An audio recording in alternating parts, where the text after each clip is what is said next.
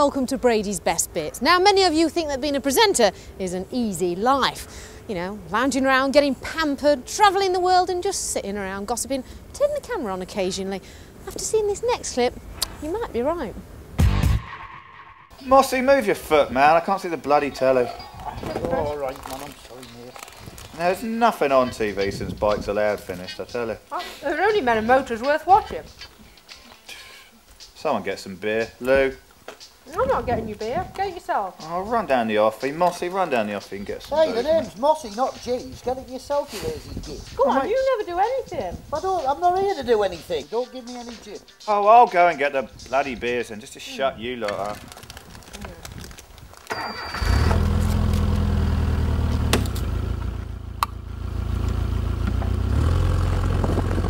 OK, it's a car, not a bike, but no self-respecting programme could pass up the opportunity to pilot a sofa. These weird and wacky machines are born and bred in Basingstoke, Hampshire, at crazy conversion specialist Comfy Banana. Yeah. How much did the sofa take? £14.73. Can we have some sofa discount, please? So I tracked down the eccentric MD to find out what made him tick. With me now is Ed China, who is company director, or top banana, should we call you, of Comfy Banana.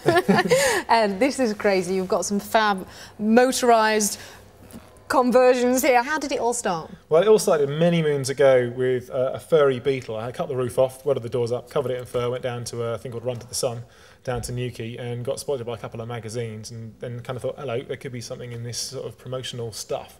And then after that, I had to raise some money for charity, so I built the sofa. We're in the Guinness Book of Records, fastest furniture, 87 miles an hour, which is kind of like a face wobbling kind of thing going on there. But I'm hoping one day to get over 100 miles an hour, which would be a bit mad, but we'll make it a little bit more stable first. What are your favourite pieces of furniture? I think the sofa is still the favourite. It was the real, you know, my first baby, if you like. In fact, I like it so much we're going to put it into production sometime next year, so it should be pretty cool. What about the toilet? Is that not quite as fast as the sofa? It's not quite as fast. I think I've done nearly 70 miles an hour in that, which is a bit silly. But obviously you're in the right place should you get really scared. Get your head down! Get your head down!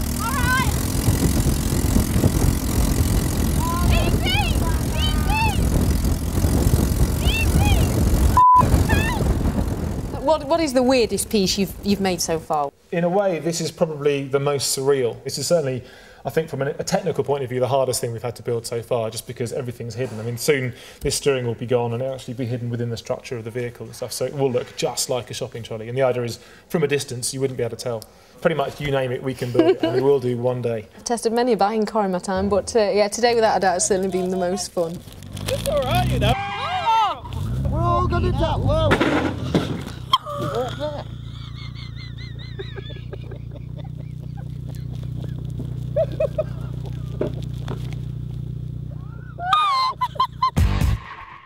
Well, if that looked nice and comfy, this next form of transport might not be so appealing. Take it away, Private Brady.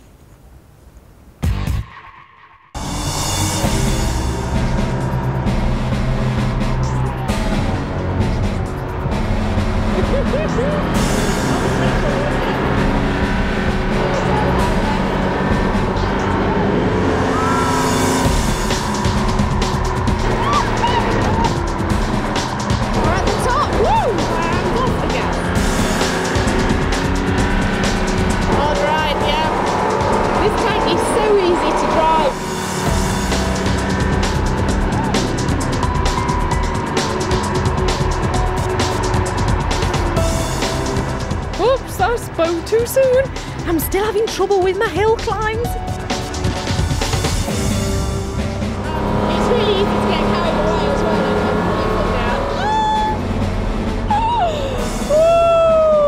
Oh my goodness, that was absolutely unbelievable. I've had my time at the time of my life here today. Oh, I can hardly talk, it's been so good. Well, I might not have been travelling at breakneck speed, but nothing was going to get in my way, that's for sure. Now, this next clip sees me laughing not quite as much. I'm going to hold on tight. Let's see, hold tight.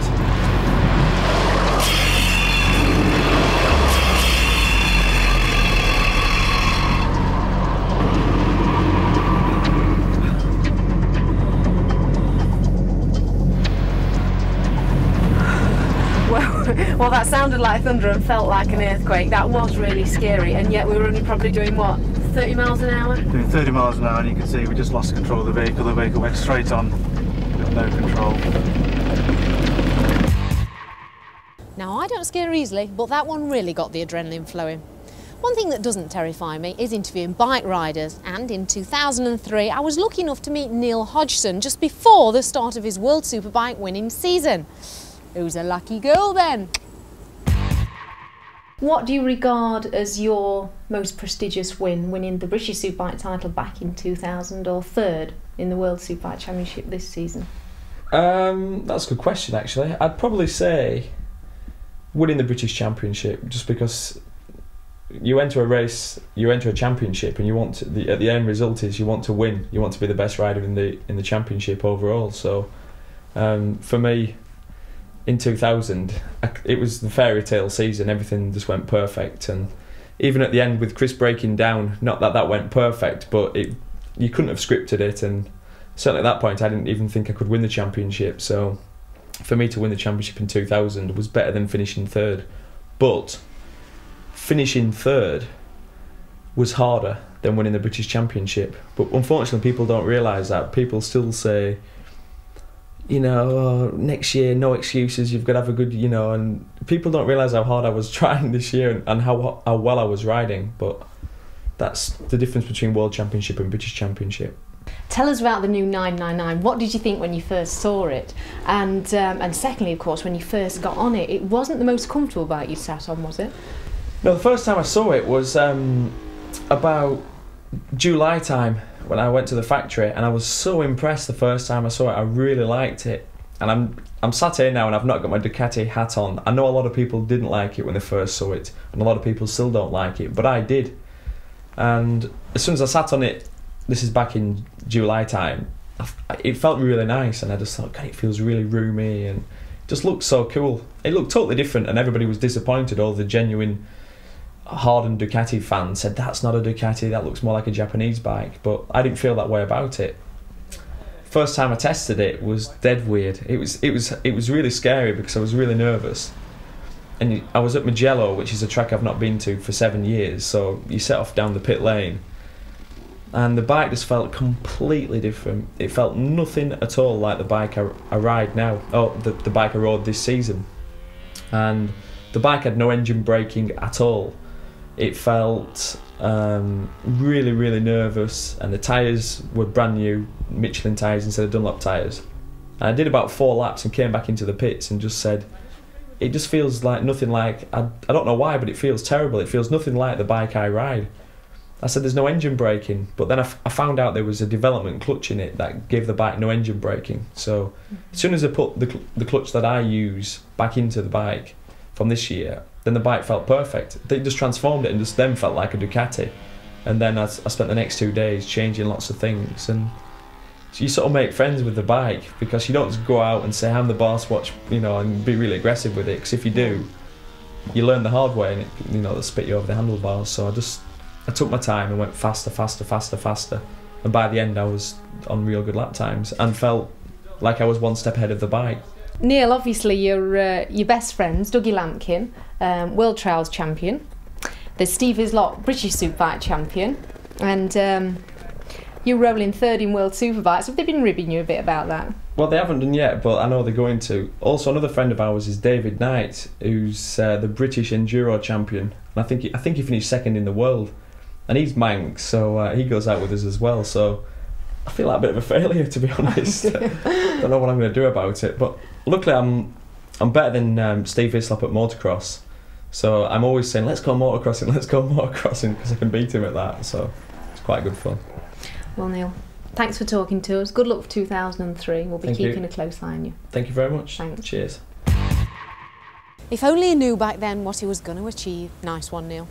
Right, it's time to take a quick break now, but we'll be back very soon with plenty more of my best bits.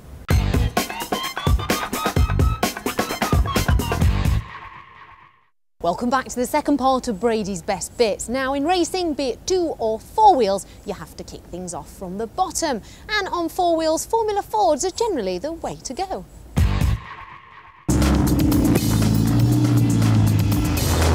I'm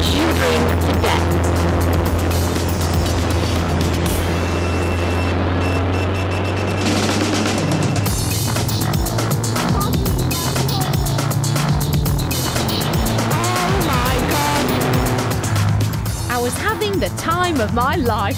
Brands Hatch circuit all to myself. Well, almost. Pete was keeping a close eye on me from behind. Hardly surprising, really. His car is worth about £30,000.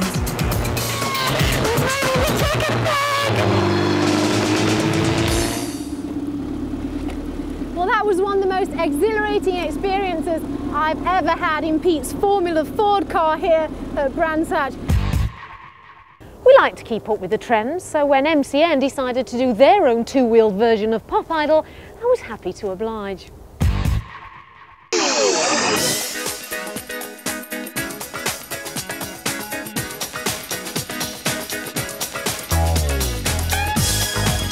So here are the remaining candidates. All 5 go to the Rockingham Speedway circuit to undergo the road test idle assessment. This is the place to be, where everyone is free. There is no better way, life ain't cheating me, and nothing else will do. Just enjoy the ride, just go mad, enjoy it. Adam, why road test idle? Well, we wanted a new road tester, basically. We wanted a trainee road tester, and we can go through the rigmarole of just applying like a normal job. But the success of Pop Idol, and so many people are always writing in saying, how can I be a road tester? We had this brainwave that we sort of have a road test idol thing, a big competition to get everyone involved and hopefully end up with a really good road tester at the end of it. Each had to ride an R6 in the advanced session of a track day. They were followed by Andy, who didn't mark them on speed, but more on their understanding of how the bike worked, as well as their ability to take advice and learn. It was understandable that the nerves were beginning to creep in. Sometimes one of the best things about riding a bike was the discussion afterwards, and there was certainly a lot to talk about. Not just by the competitors, but by the judges as well.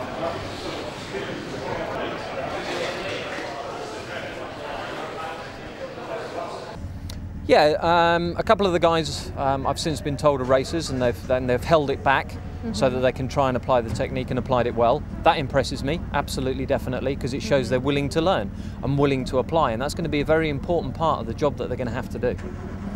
I mean, today's been a big day, and it's been really important how they ride on the track, but really it's been kind of all the way along from their sort of original selection process where they were put through a quiz, so to test their technical knowledge, their writing standards, how they rode on the road when I was riding with them. Some had dodgy conditions, some had good conditions, but you can still see whether people are competent riders or not to get them through to this stage. The final process of the day was deciding which 3 of the 5 would make it through to the final. All the judges retired to discuss what they'd seen and to decide who stays and who goes. And here are the ones who made it through. Now all that was left was to decide who of Mark, Daniel and Michael would get the job. What started off as a dream for thousands now became a reality for one man. And the winner, it's Michael Neves. Bike tests are something that I've covered not only for Bikes Allowed, but also on Bike File. This MZ Bagheera feature was definitely the most picturesque. Shame about the bike though.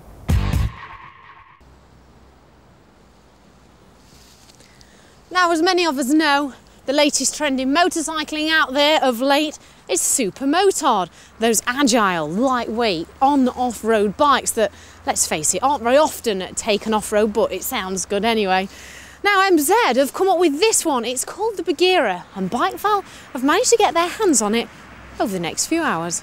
Now, in spite of the fact that the MZ has been labelled a supermotard, you really can't compare it to the Huskies and the KTMs of this world. Whilst the power plant may match up to the competition in terms of horsepower, our MZ weighs in at some 25 kilos more. When you stick it next to the latest generation of enduro-derived road bikes, it makes the MZ look positively obese. And while we're ripping the bike to pieces, you may not want to feast your eyes on this rather ugly-looking exhaust that looks as if it's been donated from a Ford Sierra. There's just something not quite right about the proportions of this bike. It's got an overly large front mudguard. The engine looks bulky and old school. But there is a couple of advantages, and one of them is The shorter riders will be pleased to know when you sling your leg over, you can quite easily touch the floor to give you more stability at those traffic lights. Also, there's the price to take into consideration. At $3,999, this bike may not have the latest cutting-edge technology, but it is reasonably priced and a fair bit of bike for your money. Sling a leg over the thing, fire up that old Yamaha single, and the experience becomes quite pleasurable, especially the sound. The bike feels lighter than its 180 kilos would have you believe, and the steering feels sharp, allowing you to change direction with speed and precision.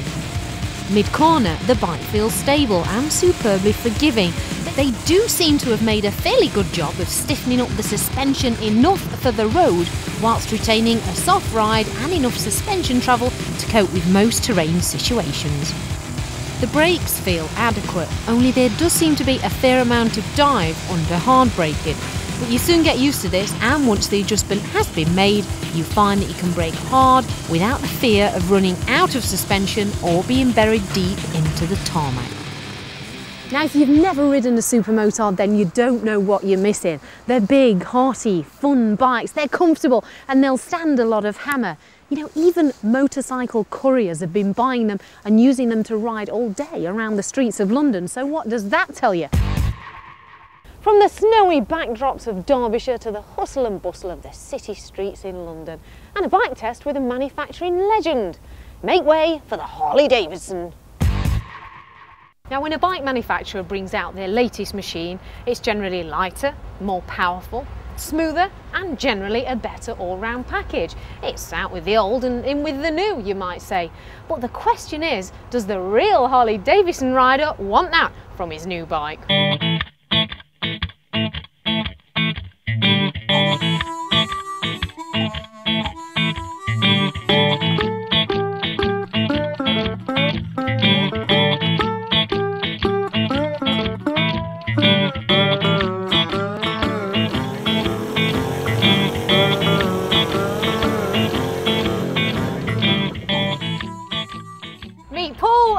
When it comes to Harley-Davidson riders, these guys are the real thing. Now, we've all met up today at the Harley showroom in London, and we've got our mitts on the Harley-Davidson Fatboy and the new V-Rod. And boy, are we going to make these bikes work? Too right we are. First up, the Fatboy. It's big, it's bad, it's a lazy boy with wheels, with its gigantic 1450cc motor and almost as much torque as a combine harvester. He's got more shiny bits than Puff Daddy's jewellery box, and if you ask most people to draw a Harley, they'd probably come up with this one. This Harley-Davidson Fatboy, it's had quite a few facelifts over the years. You used to get on and you'd be rattled and shaken, your bones would rattle and your fillings in your teeth would be knocking about. But since they put the rubber engine mount onto the Fatboy, it's much more of a smoother ride, which is really nice. Now, the gear change is a little bit clunky, and unless you've got real massive size 10 plates of meat, my little size 6s, well, I'm struggling to change gear a bit. Check this baby out, this Lamborghini. Do you think he fancies a race? It's not just motorbike posers that come up and down the King's Road. You get the four-wheeled versions too. I think I'll just overtake the Lamborghini. At 13.5 grand, it's not as expensive as a Lambo. Oh, Lamborghini's always in the way. Oh, but it still ain't cheap to cut yourself this slice of American pie. Well, the Fatboy, what can I say? It's a Harley. It's just basically just a big old talky motor. You open that throttle up, doesn't matter what gear you're in, it just goes, it just pulls. In the Harley-Davidson world, if you ride a Fatboy, do you get, maximum respect? Is that like the daddy of the Harleys, would you say? No, not really. You do get respect for whatever you ride. As long as it's a Harley. The big question is the new V-Rod really a Harley at heart? A brushed alley frame, a fuel-injected liquid-cooled engine and contemporary styling make it a new move for Harley. But have they swerved in the right direction? I couldn't wait to find out.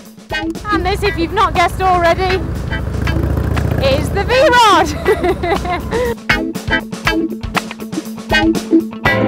I think the V-Rod looks the dog's nuts. It really does. All that chrome. It is a real showstopper. Absolutely gorgeous. Yeah, it's really interesting to ride these bikes back to back The V-Rod has got an 1100 liquid-cooled engine, whereas the Fatboy's got a 1450 air-cooled. So the Fatboy is the old school, this is the new millennium. I can feel already that the V-Rod develops the power higher up the rev range. The weight feels lower down as well, it feels easy to handle. It's so smooth when you get it going. They should have called this V-Rod the Harley Davidson Smoothness. It's interesting, I think, why Harley Davidson developed this bike. What are their bikes going to look like in 20 years' time? I mean, the V-Rod is a very radical looking bike for Harley Davidson. A lot of the real true Harley riders don't like it. It's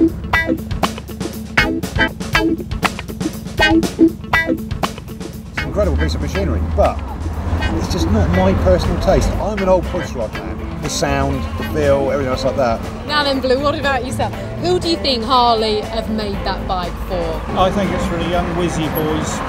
Your city boys, stroke accountant type figures? That's the type. Not a Harley in my book. It's too much like a rice grinder. The Fatboy might be the Harley of choice for the old school, but if you're more Moby than Motorhead and you can afford the 14.5 grand price tag, then the V-Rod could be the bike for you. Come on, mind out, I'm on a Harley, don't you know? Well, sadly, we've come to the end of Brady's best bits. I do hope you've enjoyed watching it as much as I've enjoyed making it. See you soon.